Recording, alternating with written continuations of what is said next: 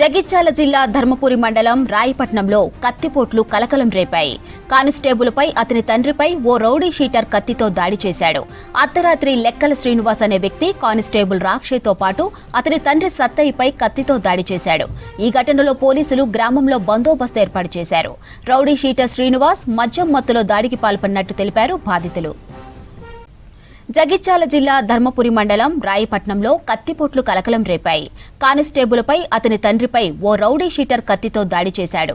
అర్ధరాత్రి లెక్కల శ్రీనివాస్ అనే వ్యక్తి కానిస్టేబుల్ రాకేష్తో పాటు అతని తండ్రి సత్తయ్యపై కత్తితో దాడి చేశాడు. ఈ ఘటనలో పోలీసులు గ్రామంలో బందోబస్తు ఏర్పాటు చేశారు. రౌడీ షీటర్ శ్రీనివాస్ మద్యం మత్తులో దాడికి పాల్పడినట్టు తెలిపారు బాధితులు.